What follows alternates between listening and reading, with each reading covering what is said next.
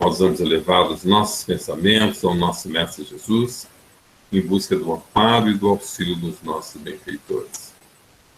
Pai Celestial, Mestre Jesus, mais uma vez aqui nos reunimos, Mestre querido, suplicando de teu amparo e teu concurso. Envolva-nos, Senhor, a todos nós em vibrações de paz, de saúde e de equilíbrio, e abençoa, Senhor, os nossos propósitos no bem.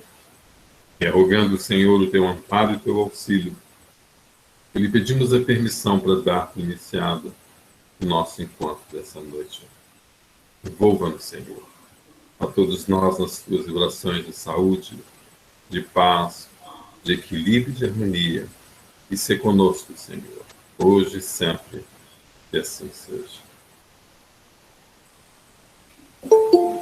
Uma boa noite para todos, né? Para a gente é uma alegria tê-los conosco aqui mais nesse trabalho dessa noite. Nós vamos dar continuidade à nossa programação de estudos, né? Nesse mês de junho e agosto nós temos vários temas interessantes, né? Hoje nós vamos abordar o tema do exercício da caridade e um tema interessante, né? Que a nossa companheira Eleuze Pulse, né, Eleuze? Isso! Vai trazer para nós aqui. Seja bem-vinda, viu, Eleuze? E fique à vontade, a palavra é sua, ok, querido? Muito obrigado. Boa noite para todos vocês.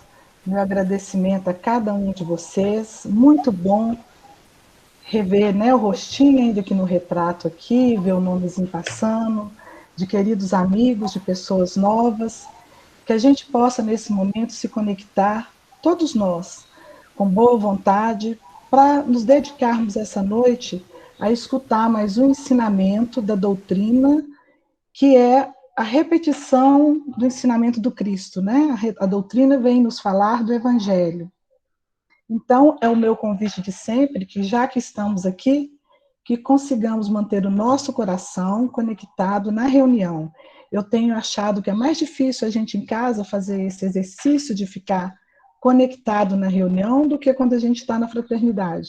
Porque em casa tem muitas coisas para chamar a atenção da gente, né? Então, que a gente possa fazer um esforço para realmente estar presente na reunião. E hoje eu vou começar com vocês contando uma historinha. Essa história está lá no Evangelho, Mateus, capítulo 8, versículo 8. Essa história nos fala lá da cidade de Cafarnaum, de um centurião.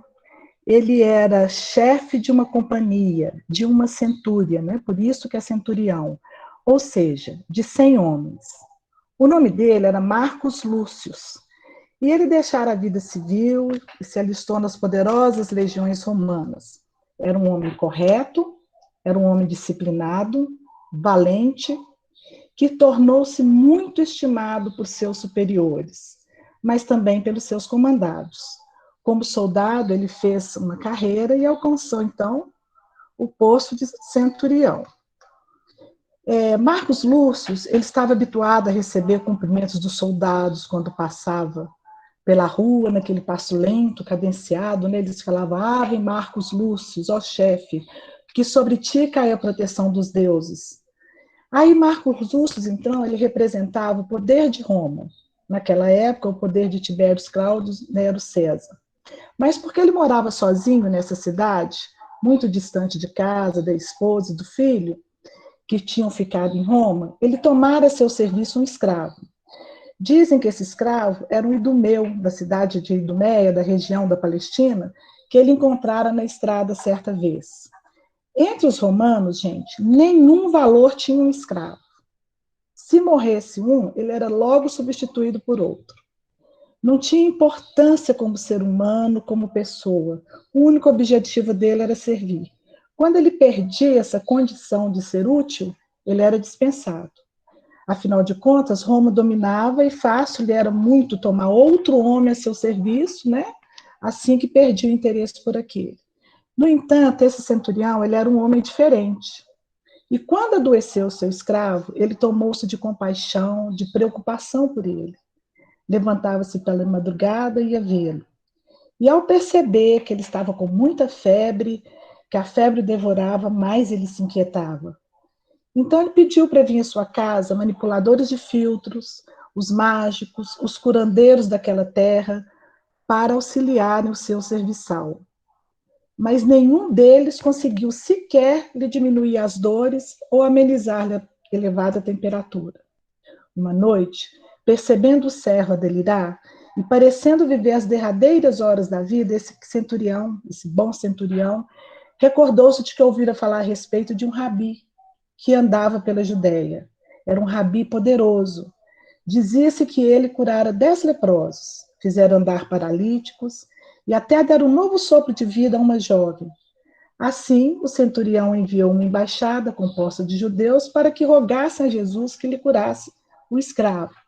No entanto, os emissários, em vez de simplesmente pedir a cura desse escravo, eles pediram a Jesus que fosse à casa do centurião e falaram para ele: ele é um oficial romano, mas é muito amigo de Israel. Ele é um benemérito do povo. E, por sinal, ele já até mandou construir uma sinagoga com os custos dele mesmo, mas por expensas próprias. Jesus, então, se põe a caminho. E os emissários vão na frente a fim de dar essa boa notícia ao centurião. Ele fica tão sensibilizado com a bondade do mestre que ele se apressa a ir ao seu encontro. E ele fala com ele: Senhor, não te incomodes, porque não sou digno de que entreis sobre o meu teto. Mandei emissários ao teu encontro, porque também não me julgava digno de ter ir contigo. Mas se trata de meu servo. Diz uma só palavra, Senhor, e ele será curado. Não é preciso que esteja em sua presença. Eu sou um oficial, tenho sob o meu comando muitos soldados e estou habituado a dar ordens e ser obedecidos. O meu soldado me respeita, mesmo quando não estou presente. Se sabem que é uma ordem minha, executam. Creio no teu poder, profeta de Nazaré. Tu és o Senhor das leis orgânicas que regem o corpo humano. Não se faz mister que entres em minha casa. Basta que dê uma ordem e a moléstia abandonará o corpo de meu servo, retornando-lhe a saúde. Não sou digno de que entres em minha casa. Dize uma só palavra, Senhor, e meu servo será curado. Voltando então para aqueles que o seguiam, Jesus afirma: em verdade vos digo que jamais encontrei tamanha fé em Israel. E diz ao centurião: vai-te, retorna para tua casa. Faça contigo assim como credes. E a caminho, Marcos Lúcio encontrou mensageiros de sua casa que lhe vieram informar que o servo doente estava curado. Espero que todos tenham prestado atenção na história, que tenham gostado, que vão guardar ela aí na cabecinha, porque ela vai ser útil mais para frente. E nós vamos pular lá para o Livro dos Espíritos, parte 3ª, das leis morais. As leis morais, gente, de acordo com a doutrina espírita, é um conjunto de leis divinas que regem a dimensão moral do ser. Esses ensinamentos fazem parte dos fundamentos da doutrina espírita. Aí lá na questão 648, Kardec pergunta: que pensais da divisão da lei natural em 10 partes, compreendendo as leis? Então, vou falar as 10 leis para vocês, As leis morais, que é de adoração, trabalho, reprodução, conservação, destruição, sociedade, progresso, igualdade, liberdade e, por fim, a lei de justiça, amor e caridade. Então, essa divisão da lei de Deus, ela abrange todas as circunstâncias da vida, e é essencial que seja assim. Mas a última lei, a de justiça, amor e caridade, é a mais importante, por ser que faculta o homem adiantar-se mais na vida espiritual, visto que essas 3, que é uma só, é a 10ª, a lei de justiça, amor e caridade, resume todas as outras. Aí, quando a gente entra na lei de justiça, de amor e caridade, também lá no Livro dos Espíritos, pergunta 879, Kardec pergunta qual seria o caráter do homem que praticasse a justiça em toda a sua pureza.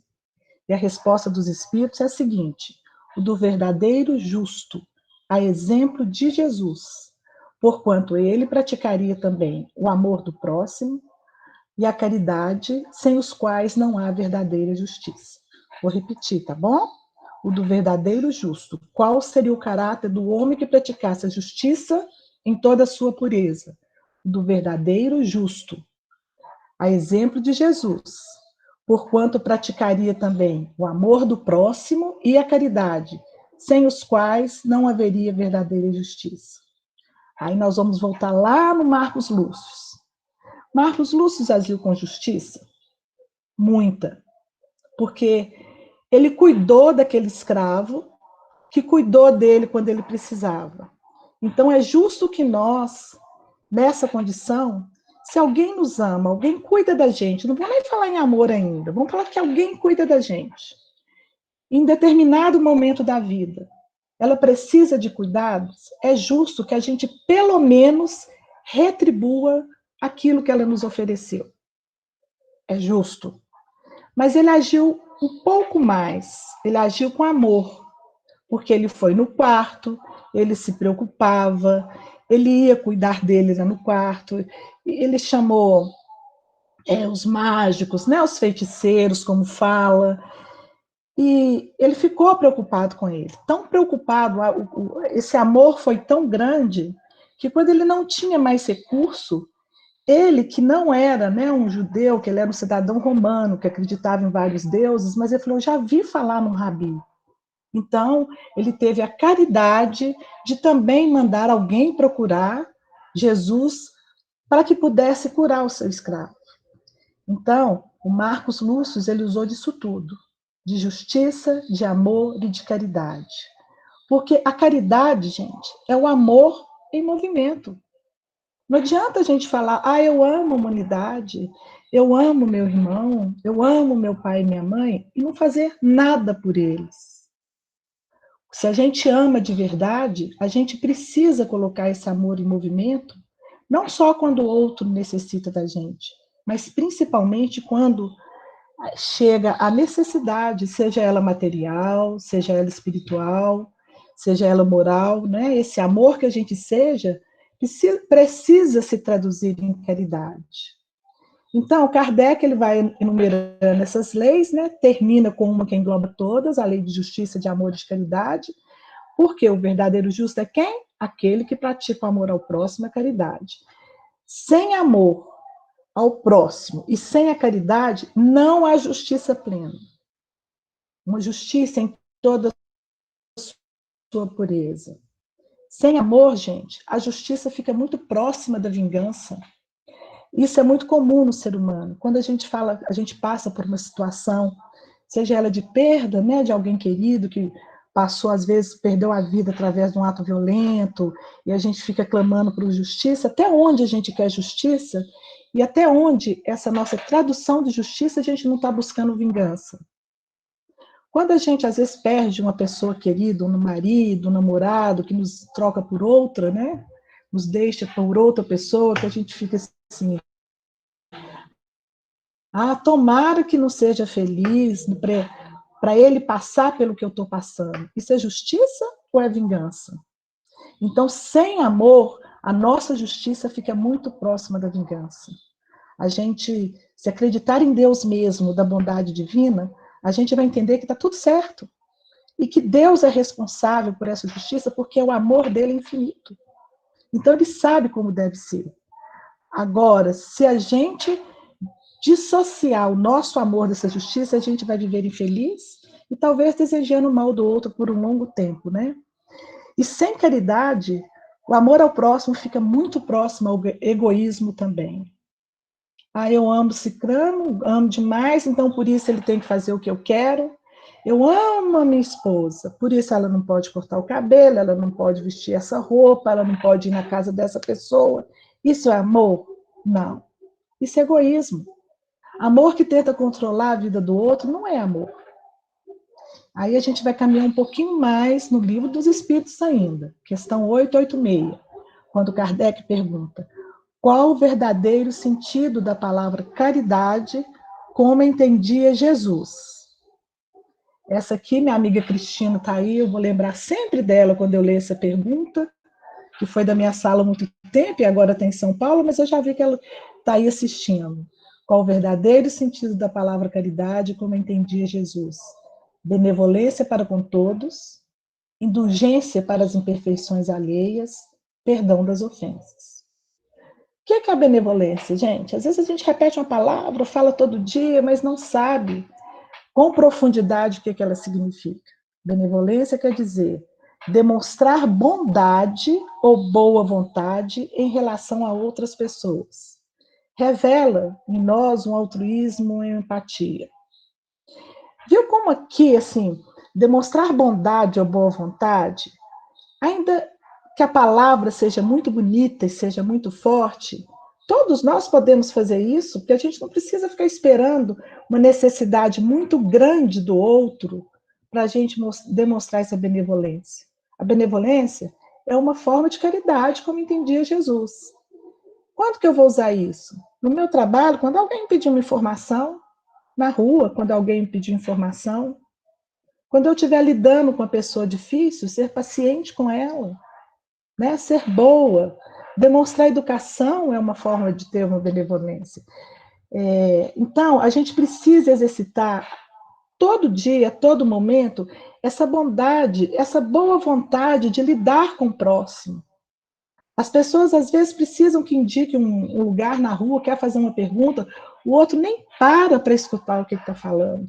Se estiver pedindo uma ajuda ainda, se a gente achar que está pedindo um dinheiro ainda, a gente olha para lá, a gente finge que está mexendo no celular, a gente não tem boa vontade nenhuma de escutar a pessoa que está necessitada. Então, a gente age com total benevolência. E se o sentido da caridade, como entendia Jesus, inclui benevolência, nós precisamos prestar atenção como está sendo o nosso diálogo, a nossa atenção para com o próximo. Aí nos fala indulgência. O que é indulgência? Uma disposição para perdoar culpas ou erros. Uma clemência, misericórdia. E por que a gente precisa ter essa misericórdia com os erros dos outros? Porque nós sabemos que estamos todos fadados a ser perfeitos. Nosso destino, enquanto espíritos, é a perfeição. Então, a gente tem que ter misericórdia com o erro do outro, porque a gente também erra. Às vezes, o erro do outro é só uma ignorância do mal que ele está fazendo. Então, essa indulgência ela é muito importante, porque se a gente espera indulgência do outro, é necessário que a gente tenha indulgência também para com o outro. Aí vem o perdão das ofensas. Vocês percebem que vão crescendo? Bondade, boa vontade, disposição para perdoar a culpa ou erros do outro, não necessariamente conosco, mas o perdão das ofensas é diretamente com nós. Perdoar.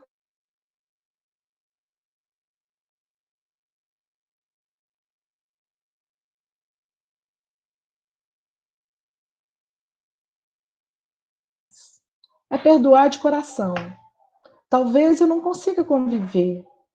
Tem pessoas que são difíceis para a gente lidar com ela todos os dias, essa convivência diária que nos magoa muito, mas a gente tem que fazer um exercício de quando pensar nela, não pensar com raiva, não desejar o mal, perdoar de fato os que nos ofendem.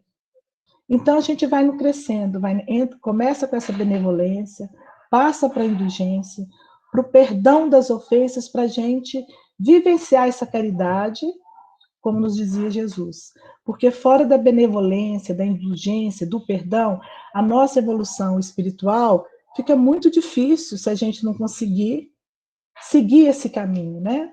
A gente precisa fazer o bem, porque o bem que a gente faz contamina as pessoas. E aqueles que se beneficiam quando fazem bem para os outros, inspirados nos nossos exemplos, além de contar pontos para ele, né, gente? Além de ser uma coisa boa para ele, também vai contar pontos para a gente. Quantas vezes a gente escuta falar assim, nossa, fulano é calmo, né? Consegue explicar as coisas tão bem, me dá atenção, olha nos meus olhos para falar, vou tentar ser assim. Quer dizer, nós já fomos um exemplo.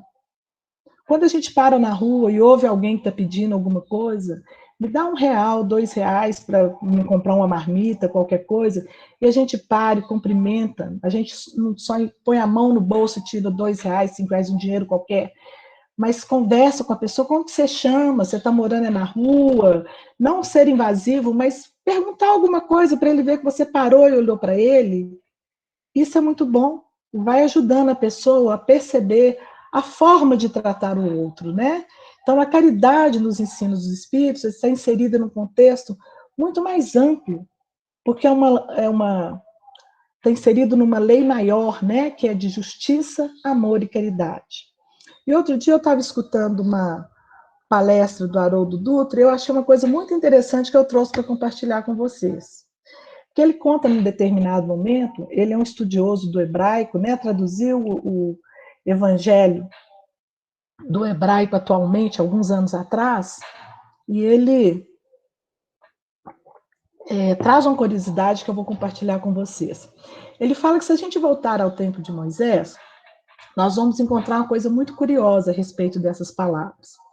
Porque o Velho Testamento ele foi traduzido para o português e nós temos palavras diferentes para expressar justiça, expressar amor, expressar caridade. Cada palavra significa uma coisa.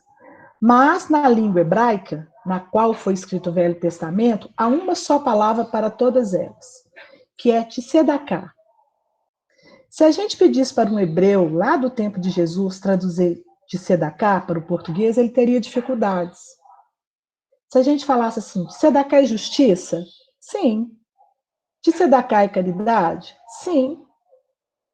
Tzedaká também é amor? Tzedaká também é amor. Tzedaká é um ato de justiça, de amor e de caridade.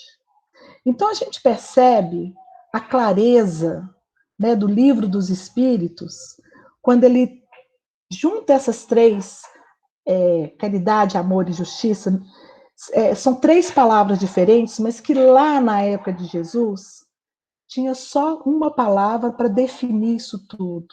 Então, se usasse de tzedaká, você estava agindo com justiça, com amor e caridade, porque os três não podem ser dissociados. A gente precisa, na nossa vida, estar sempre exercendo essas três funções morais de caridade, de amor ao próximo. Lá no tempo de Jesus também tem uma história que eu gosto muito dela, que eles plantavam num terreno quadrado. Mas na hora da colheita, eles faziam um círculo e deixavam as pontas, faziam um círculo dentro do quadrado. E ficavam aquelas pontas. Aquelas pontas eram para as viúvas que não tinham mais condição, não tinham marido que ajudasse a tratar, eram para as pessoas pobres que não tinham recurso.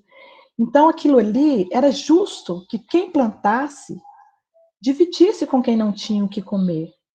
Além de justo, era um ato de amor e de caridade para com o outro, que não tinha um terreno e não tinha alimentação.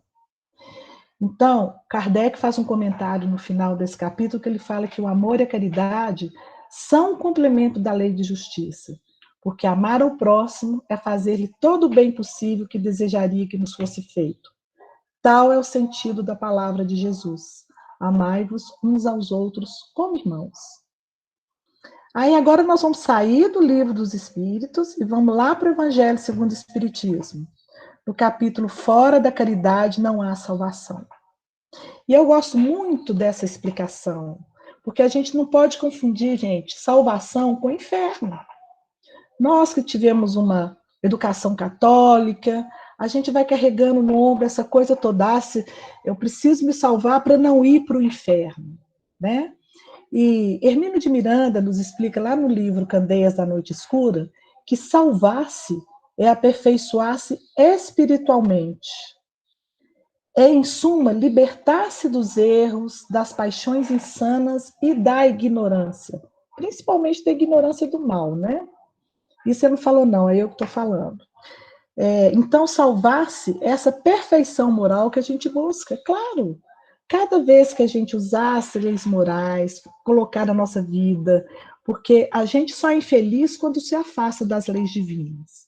Quanto mais nós exercitarmos essas leis divinas, mais feliz a gente vai ser. Por quê? Porque melhor espiritualmente a gente vai ficar. Nós não vamos entrar em estados de angústia, estados de depressão, né? A gente vai libertando desses erros, das paixões e da ignorância. E lá nesse capítulo também, traz para a gente que a caridade, segundo Jesus, não se restringe à esmola, mas abrange todas as relações com os nossos semelhantes, quer se trate de nossos inferiores, iguais ou superiores. Ela nos manda ser indulgente, porque temos necessidade de indulgência. Nos proíbe de humilhar o infortúnio, ao contrário do que comumente se pratica. Se um rico nos procura, atendemo-lo com excesso de consideração e atenção. Mas se é um pobre, parece que nós não devemos nos incomodar com ele. Quanto mais, entretanto, sua posição é lastimável, mais devemos temer aumentar-lhe a desgraça pela humilhação. O homem verdadeiramente bom procura levar o inferior aos seus próprios olhos, diminuindo a distância entre ambos. Então, o que ele está nos convidando a fazer? Dar o melhor de nós aos nossos semelhantes. Dar o nosso melhor. Porque, como ele nos explica lá no começo, não é só dar a coisa material, é dar o nosso melhor. E muitos de nós ainda não alcançamos esse despojamento necessário para dar realmente aquilo que nós temos de melhor, né? Quantos de nós passamos a vida nos iludindo? A gente acha que está distribuindo o melhor de nós, quando, na verdade, a gente só está apenas emprestando, a gente cobra pelas coisas boas que a gente dá, pela atenção, pelo cuidado, pelo amor, pela convivência, pelos favores. E, às vezes, a gente cobra com juros e correção monetária.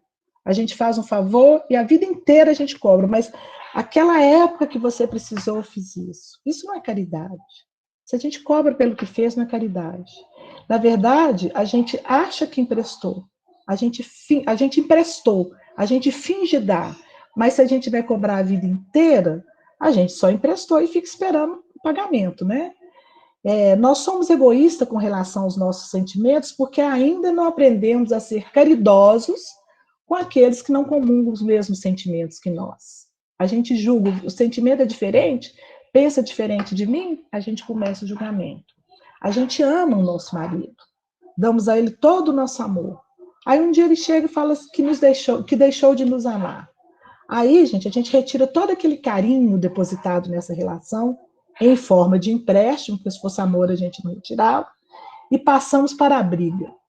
Como pode ele não ousar me querer mais? Vem a mágoa, vem a tristeza, vem as ofensas. Ora, se a gente retira o amor e fica com essa raiva em tamanha, né? É porque, na verdade, a gente não havia dado, apenas emprestado. Emprestado enquanto isso nos fosse com os relacionamentos. Gostamos demais daquela amiga, né? Minha melhor amiga. Até que ela passe a não concordar com as nossas ideias. Nós vimos muito isso na última eleição para presidente, né? Como as pessoas foram deixando amizades de lado por causa de opiniões divergentes. Passa a não conjugar com as nossas opiniões, a gente fica com raiva e fala, não é minha amiga mais. A gente retira dessa relação, sem caridade nenhuma, essa amizade incondicional que a gente achava que depositava nela. Ora, se a gente retira, é porque, na verdade, não chegamos a dá-la. Porque senão já não seria nossa, não teríamos o direito de dispor dela. E em várias relações nós agimos assim, né? Com filhos, com familiares, a gente regateia sentimento até com Deus. A gente fala assim, Deus, se você permitir que eu consiga isso ou aquilo, prometo que ajudarei mais os necessitados. Isso porque a gente não confia o suficiente em Deus para dar a Ele a liberdade de fazer o que achar melhor. A gente empresta a nossa confiança e quando queremos conseguir algo, regateamos com Ele. Fazemos promessas, negociamos atitudes, negociamos posturas que deveríamos ter em todos os momentos de nossa vida. A gente promete mudança de comportamento, benefícios, como se isso fosse importante para Deus. Não entendemos que fazer o bem é bom para nós mesmos. Continuar querendo o bem daquele marido que não nos ama mais, ser amiga da nossa amiga, que não pensa como nós, entender e aceitar decisões dos filhos, mesmo quando ele não siga a carreira que a gente gostaria, que ele se case com aquela que que a gente não gosta muito, a gente não retira esse amor. Isso é uma falta de caridade. Porque a pessoa vai ter uma opinião própria, vai ter uma vontade de seguir um caminho diferente, e a gente vai cobrar isso dele. Então, confiar em Deus, dando o melhor de nós no amparo ao próximo, reconhecendo que quando ajudamos a quem necessita, nós fazemos o bem a ele, mas principalmente a nós, Para Deus não importa se fomos nós ou se foi outro que ajudou. Se for de merecimento de quem está recebendo, a ajuda vai chegar. Deus vai dar um jeito de fazer essa ajuda chegar. E azar é o nosso, se perdermos a chance de fazer o bem. Mas Cristo nos convida a ser caridoso. E mais do que isso, a ser caridoso com alegria. Que a nossa caridade, que o nosso auxílio, que a nossa convivência com quem precisa da gente não seja pesado. Mesmo que isso esteja difícil para nós, mas no momento de servir, que a gente põe um sorriso no rosto. Que a gente faça com alegria, que demonstre para o outro que fazer aquilo para ele me deixa feliz. Paulo, em 2 Coríntios, capítulo 9, de 7 a 9, ele fala para a gente assim: cada um contribua segundo propôs no seu coração, não com tristeza ou por necessidade, porque Deus ama ao que dá com alegria, e Deus é poderoso para fazer abundar em vós toda a graça, a fim de que, tendo sempre, em tudo, toda suficiência, abundeis em toda obra, conforme está escrito. Espalhou, deu aos pobres, a sua justiça permanece para sempre. Porque a alegria, ela precisa ser a base de todos os nossos sentimentos. E só existe alegria em servir quando existe caridade verdadeira. Quando faço caridade, não faço favor, nem ao outro e nem a Deus. Sirvo a mim mesmo, pois eu consigo romper barreiras do meu eu egoísta para dar um passo a mais em direção ao próximo, que foi ali colocado no meu caminho com o objetivo de me ajudar a evoluir. Lembra lá da benevolência, da indulgência e do perdão? Que o objetivo é a nossa evolução? Então, esse outro que é colocado no nosso caminho, a gente precisa olhar para ele com isso, que ele só está ali com o objetivo de me ajudar a evoluir. Ele pode até precisar de algum bem material que eu tenha disponível, mas sou eu quem precisa dele para fazer uso desse bem. Porque se esse bem sobra na minha bolsa, ele não me pertence. Ele pertence àquele que necessita. Então, se ele está no meu caminho necessitando, é a minha oportunidade de usar esse bem que está comigo por empréstimo.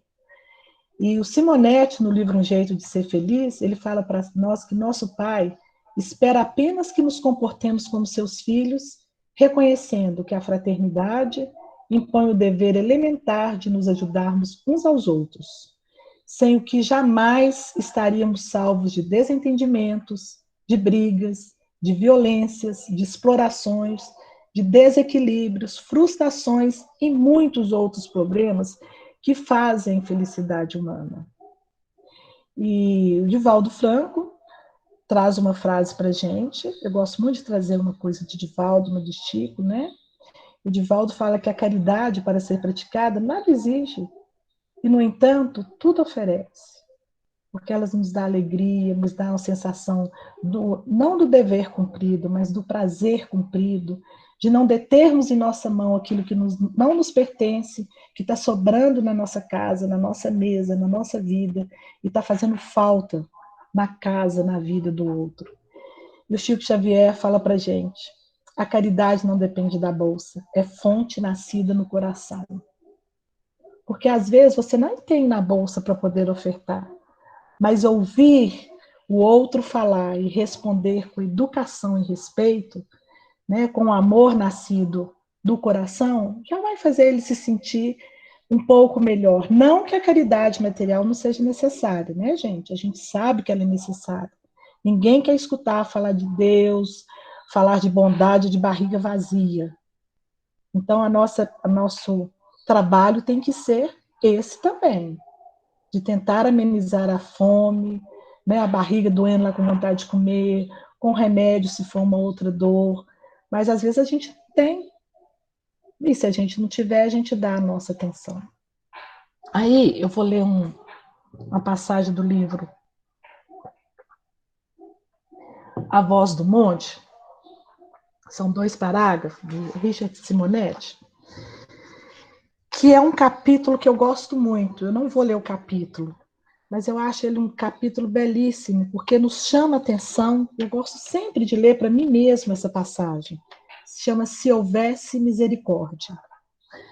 Se houvesse misericórdia no mundo, não teríamos tantos e tantos correndo atrás de interesses imediatistas, conforto, riqueza, poderes, prazer, com total despreocupação das angústias alheias. Aquele que interessa pelo próximo jamais pensará em si, apenas em si, enquanto houver gente sofrendo. Gerações futuras, eleitos que habitarão a terra, admirar-se-ão profundamente do descaso, da indiferença do homem atual pela sorte de seu irmão e perguntarão: será que não sabiam? Não teriam noção de que jamais haveria felicidade na terra enquanto a legítima fraternidade não estabelecesse a comunhão de todos os filhos de Deus, a fim de que bens e males, compartilhados espontaneamente, tornassem suave todas as dores e completa todas as alegrias no caminho da redação humana? Há uma lição fundamental que ainda não foi devidamente assimilada pela humanidade. Somente possuímos o que damos. Apenas o desprendimento de nós mesmos, em doações de trabalho e interesse pelo próximo, acumula valores imperecíveis que rendem felicidade sempre. Não há alegria legítima e duradoura, senão aquela que se reflete no sorriso colocado em lábios alheios. Se muita gente transita acabrunhada e triste pela terra, há porque escassez de misericórdia em seus corações. Eu gosto muito dessa pergunta. Será que não sabiam? Porque é o que a gente olha para o passado, quando a gente pensa, por exemplo, na escravatura, e vê aqueles filmes, vê documentos, vai no museu, né, sobre a escravatura, e vê um homem amarrado num poste, levando chibatada, a gente para e pensa, será que ninguém sabia que isso acontecia para ajudar? Mas as gerações futuras vão pensar o mesmo de nós. Quando vê filmes com pessoas dormindo na rua, pessoas morrendo de fome, pessoas sem agasalho no frio, vai ser a pergunta que eles farão com relação a nós. Será que eles não sabiam? E o nosso tempo está acabando. Para terminar, eu vou contar uma historinha, um caso, não é uma historinha não. Outro dia eu fui sair de casa e quando eu olhei, tinha alguém remexendo no lixo. E aquilo me cortou o coração.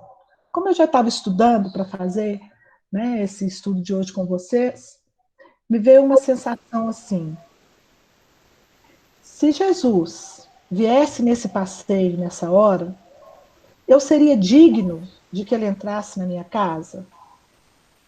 Eu seria digno de que ele me cumprimentasse? Eu lembrei do Marcos Lúcius, né? Então, a pergunta que eu deixo para a gente levar para casa e pensar, quando eu oro, quando eu peço ajuda para Cristo, quando eu peço que a espiritualidade maior me proteja, me auxilie, eu já acho com justiça, amor e caridade para que eu também possa receber essa justiça, esse amor e essa caridade? Então vamos pensar, se eu já sou digno de que Jesus entre em minha casa e me ampare. Boa noite para vocês. Muito obrigado pela atenção, um carinho bem grande e até sexta-feira, se Deus quiser.